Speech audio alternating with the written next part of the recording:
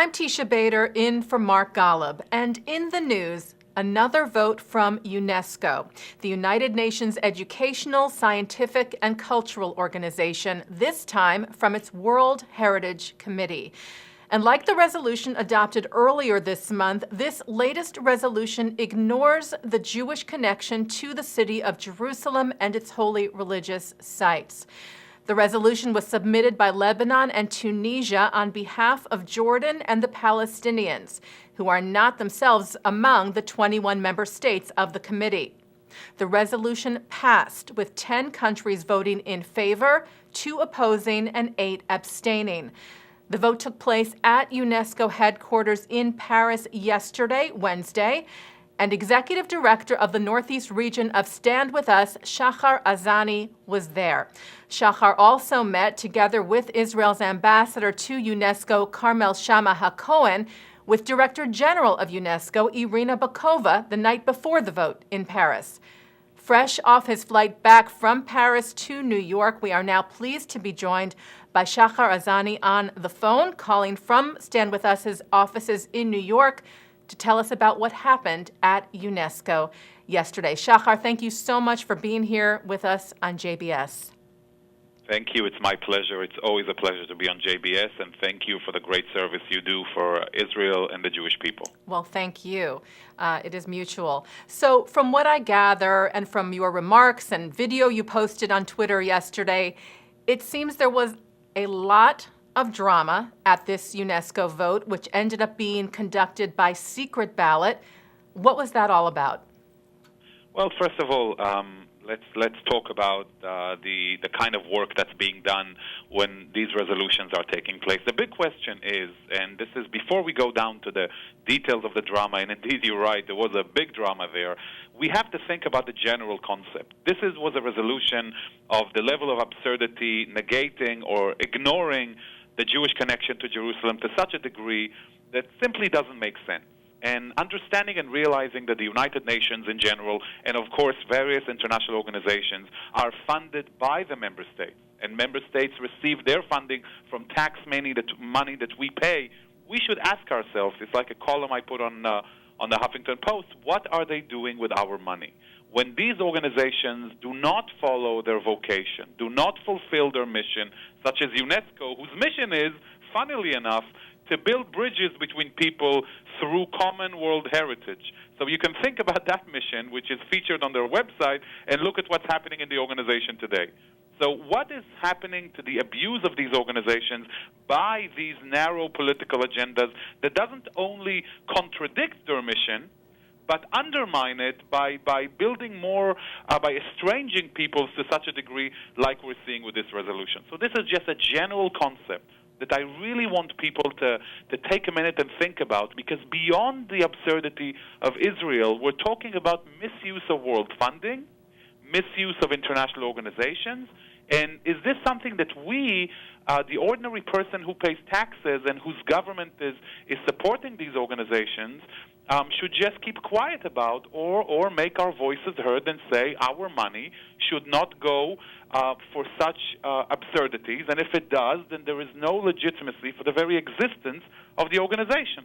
Just as a general statement, because people tend to focus on the specific and lose sight of the general, and the general is very important because it has a direct effect on the specific. Now, talking about what you just mentioned, there was a big drama.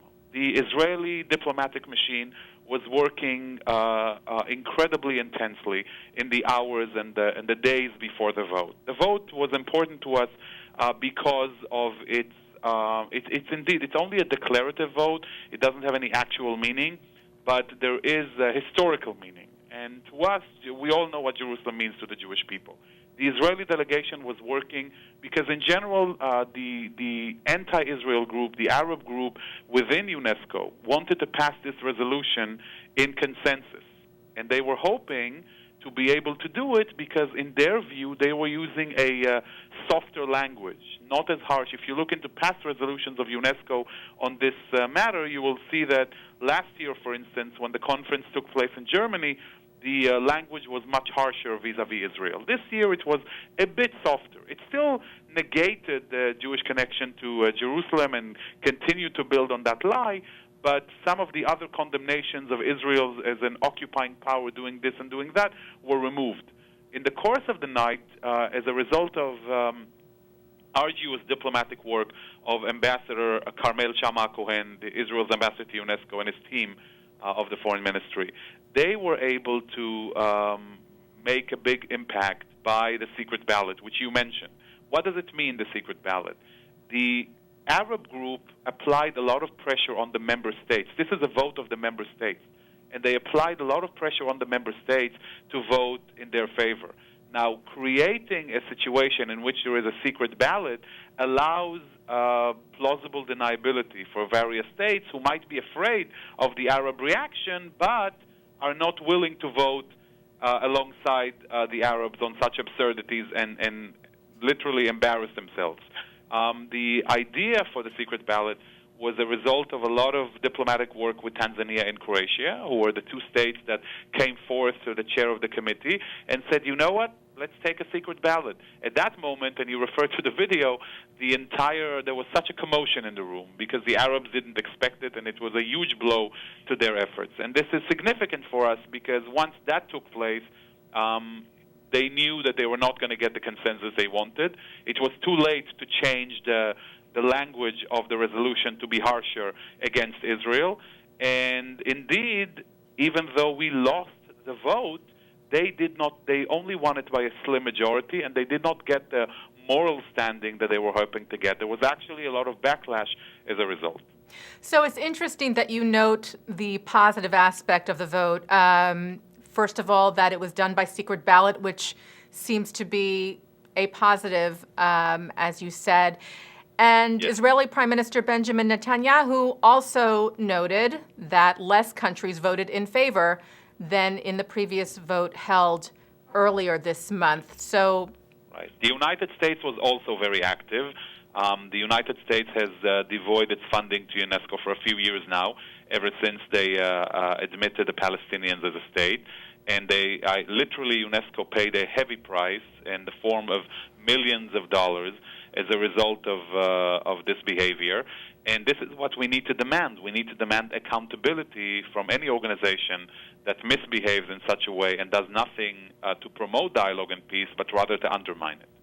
Okay, so let's go back for a moment to the resolution itself. Someone who doesn't know a lot about the issue or who's kind of looking from the outside may say, it's just a name. You're calling a place of worship by one name as opposed to another name. What really is the big deal? So what is the big deal, Shahar? What is the actual impact? As you mentioned before, this vote will not really have, it's declarative. However, there is clearly an impact on how Israel is viewed by the world and Israel's standing, and certainly on the issue of Jerusalem. How do you explain what the actual significance of a resolution that says this place of worship we're referring to it by one name and not another?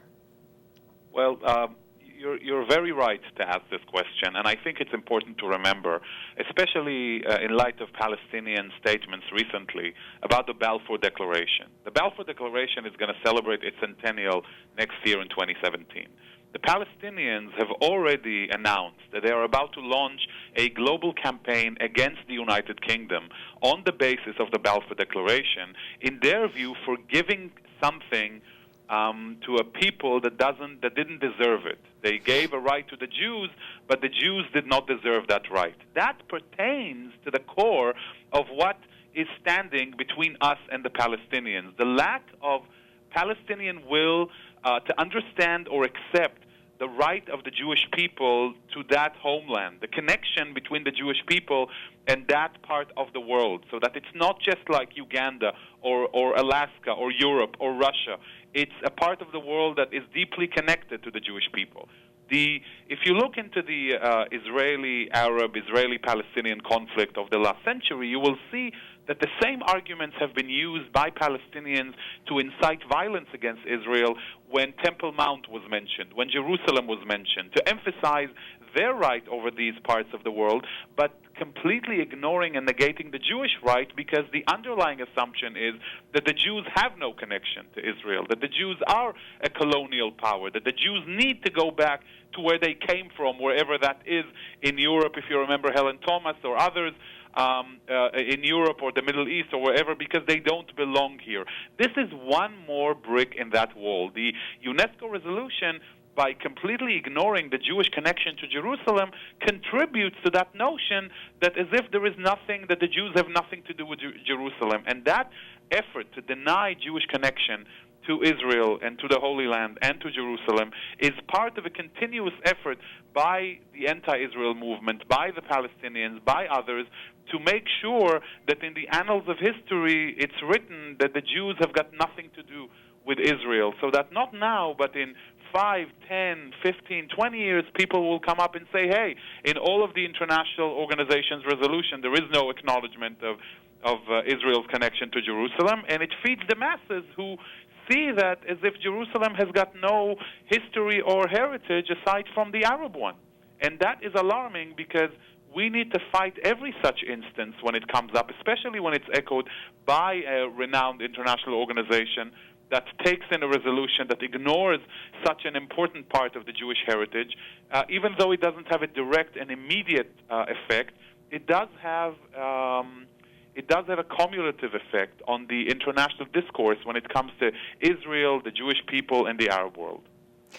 So the Director General of UNESCO, actually, Irina Bokova, has been quite outspoken in her opposition to the resolution earlier this month, and has made statements declaring that each of the three monotheistic religions in Jerusalem have absolute claim religiously, historically, to Jerusalem. Right. You met with Irina Bokova the night before the vote in Paris. Right. What was that like, and did she express at all to you any repercussions she has felt over expressing her position regarding Jerusalem and this resolution?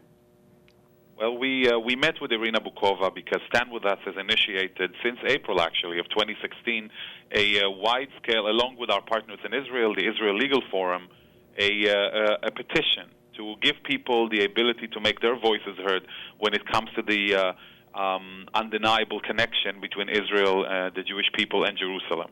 And almost 80,000 people signed the petition. And I flew to Paris to meet with, along with Israel's ambassador to UNESCO, to meet with Irina Bokova, present her with the petition, make sure that the voices of all of those who signed this are well heard by the UNESCO leadership, to understand that this is not a small affair that can be discussed and negotiated only in the hallways of the Paris office building of UNESCO, but this has international resonance, not only with Israel, not only with pro-Israel people, not only with Jews, but with all people from around the world who care about standing up for what's right, for justice, and for truth. And that message was conveyed to Ms. Bokova, along with a thank you for her position when she came out against taking such resolutions, first and foremost because she also understands that it harms her organization to take such resolutions, that it puts her in a very bad place when it comes to receiving funding from the international community if her organization continues not only not to fulfill their mission, but to undermine it. We were thankful to Irina Bokova.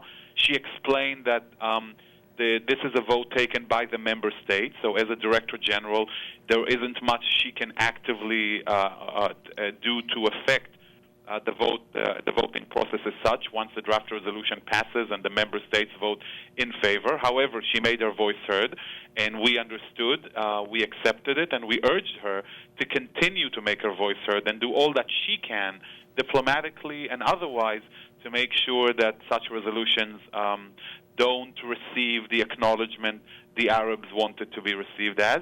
And I believe that in this regard, Israel did have an achievement with the vote by making sure that there was no moral authority to such an absurd resolution, and the only countries that voted in favor were the Muslim countries, which was granted, unfortunately, and Cuba and Vietnam, which chose to uphold and support such a ridiculous resolution.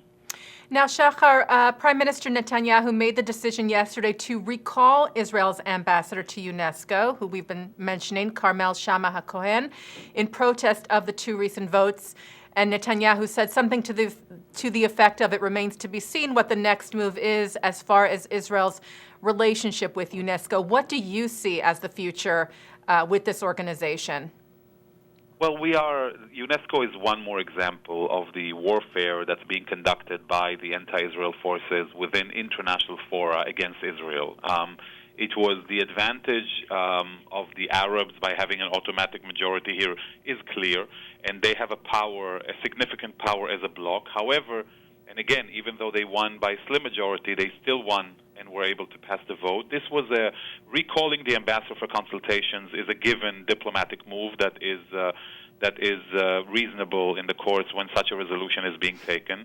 It's clear that what we need to do as a state, and what I'm sure the Prime Minister will do with the ambassador and the Foreign Ministry, is to reevaluate how to work with UNESCO in the future. If this is going to be the path we're going to take, always busy in countering ridiculous resolutions and absurdities.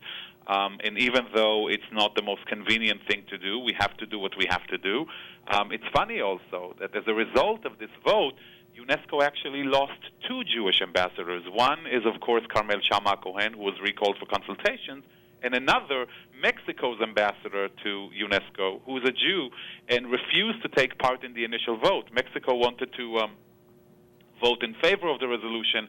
The ambassador stepped out of the room and allowed his deputy to vote because he couldn't, with all clear conscience, vote against his own people, the Jewish people. And as a result, he lost his job as well, and he will be returned back to Mexico because of everything that happened. So, again, we need to reevaluate. We need to understand what is it that we hope to achieve within the organization. And at the same time, we also should make sure that we're not alone, that we are doing it with the international community, and we did have incredible support from the United States of America within these processes, and we need to have much more. We heard the statements made by Italy's Prime Minister. We saw Brazil.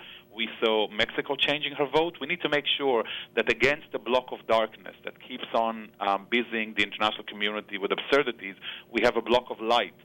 We have a group of states that will be willing to stand up for what's right, not only for Israel, but for what's right and what's just, and for what's really need to be discussed within the international community, the real problems of this world, with the situation in Syria and elsewhere around the world, where we look the other way and we keep ourselves busy in the nonsense while taking away time, effort, and resources from where we really should invest them. So I think we have a long way to go in changing that path, but we're working every day with great hope and great tenacity to make a difference. Now, Shahar, speaking of not being alone, the resolutions don't just ignore or deny the Jewish connection to the religious sites of Jerusalem. They also don't make mention of the Christian connection to the holy sites of the city. How is it that there seems to not be that much reaction from Christian leaders, from the Christian community, or has there been? Can you comment on that? There is. You're absolutely correct. The resolution does not mention the Christian connection to Jerusalem as well, but I believe that, unfortunately, too many non-Jewish organizations are not giving it enough attention because they view it in the framework of the Israeli-Palestinian, Israeli-Arab conflict rather than looking at it the way they should, which is an international organization being misused for political agendas that contradict and undermine and subvert the mission of the organization. There was some comment made, but not enough. We are highlighting that point. We want people to understand that this is not a narrow Israel-Jewish interest. This is a general interest of the humanity, of the world, of the global community. And you mentioned the Christian element. I mentioned before the idea of financing international organizations. There are implications to this resolution that are far higher and bigger, and I do think that the more we make that point heard, the more we make sure not only to focus on our own plight, but to explain the issues in a wider context, the more there will be understanding with our counterparts with a general, greater general public that will understand what is it that we're facing and will be more willing to stand by our side, realizing that this is not just another narrow, insignificant argument between Israelis and Palestinians, but there are wider implications to that regard. And I think having that issue discussed on JBS today with you and on other outlets and writing and making sure that people hear it, I think this is the way to go. Absolutely. And Israel's Speaker of the Knesset, Yuli Edelstein, actually sent a letter to the Holy See yesterday, getting back to the Christian connection, asking for its help. And Pope Francis spoke yesterday at the Vatican in Rome about migration, and he made some reference to Israel. Whether that was directly regarding the UNESCO vote or not is unclear, but what he said was, I'll quote, he said, "The people of Israel who from Egypt, where they were enslaved, walked through the desert for 40 years until they reached the land promised by God." Do you think that was a reference by the pontiff to the vote, or do you think... The Vatican has always been a very shrewd diplomatic machine. There is no doubt that this is connected to the general discussion, and I think that I don't think this is the time to prove Jewish connection to Jerusalem in that regard. I think that the Jewish connection to Jerusalem is a given. I think it's a time to highlight the misuse of international organizations in the context of this resolution. We should use it as a tool, not as a means to a goal, not as a goal unto itself. We shouldn't at this point in time prove the Jewish connection to Jerusalem. This is a given. We should highlight why this resolution is so absurd and how we need to make sure that such resolutions don't occur again in that context. And I think the difference is important here. I just want to mention one more interesting example. Following the one day after the vote, Israel's ambassador to UNESCO received a letter from the Secretariat sent to them from the Syrian representative to the organization. Again, not directly, but through the Secretariat, because they don't interact with Israel. And they are complaining about archaeological digging supposedly done by Israel in the Quneitra region of the Golan Heights on the border with Syria.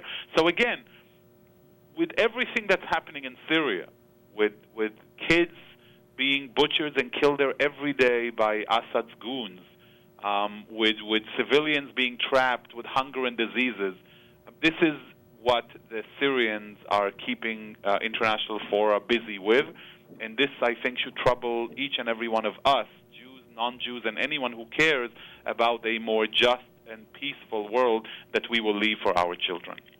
Shahar, I know, as you mentioned earlier, there is so much effort that goes on behind the scenes when it comes to votes like this, resolutions, things that we don't hear about.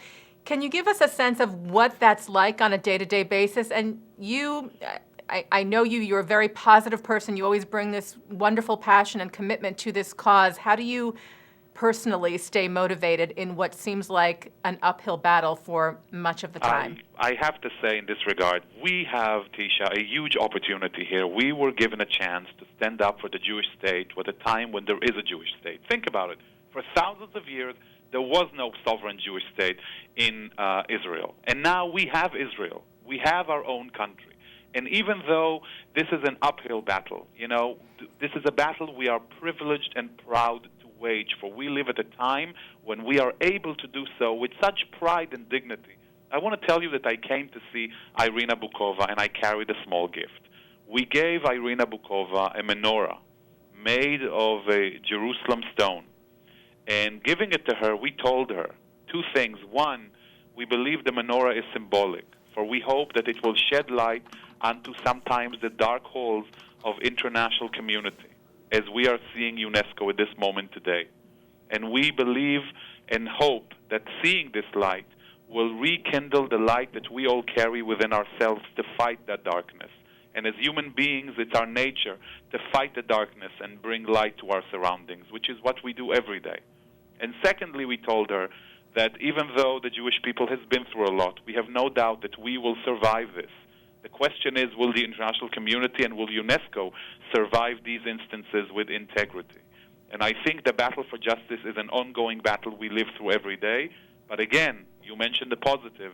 We have a strong, thriving state that has a lot and offers to the world a lot every day, and we must be proud of the State of Israel and say thank you for being so fortunate to live at a time when the State of Israel exists, and that we are fortunate enough to wage those battles on behalf of Israel and the Jewish people.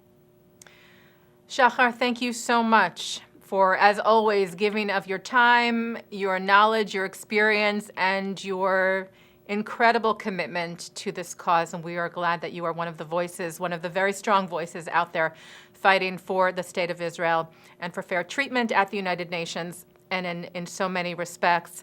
And thank you for once again joining us here on JBS, even though you're probably a little jet-lagged. We appreciate it. My pleasure, always.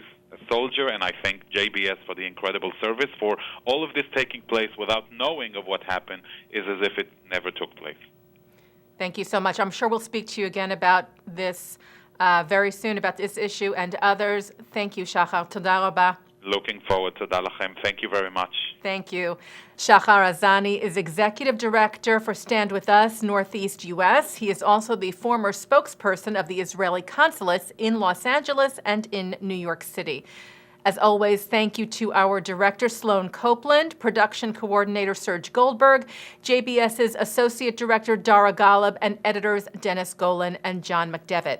I'm Teisha Bader, sitting in for Mark Golub on this edition of In the News.